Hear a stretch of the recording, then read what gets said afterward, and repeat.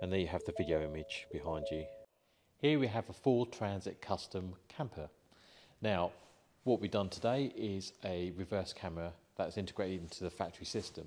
Now, this particular vehicle has this Sync 3 Ford stereo system.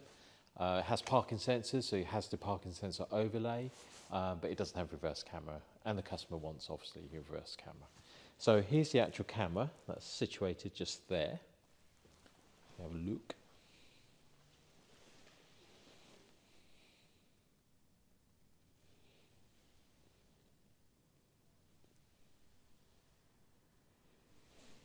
So it's quite small and discreet. So let me actually show you the system working. So if you actually jump in,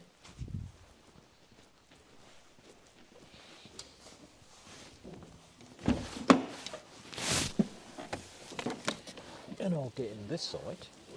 Right, so we turn the ignition on. That's the Sync 3 stereo system, it's all factory. So I'm going to now go into reverse, and there you have the video image behind you. That's the parking sensor overlay. So when you do drive it, the parking sensors will still show up. And that's flicking it back out. So that's it, as simple as that really. So it all looks factory and it all looks original, and that's the way it's intended to.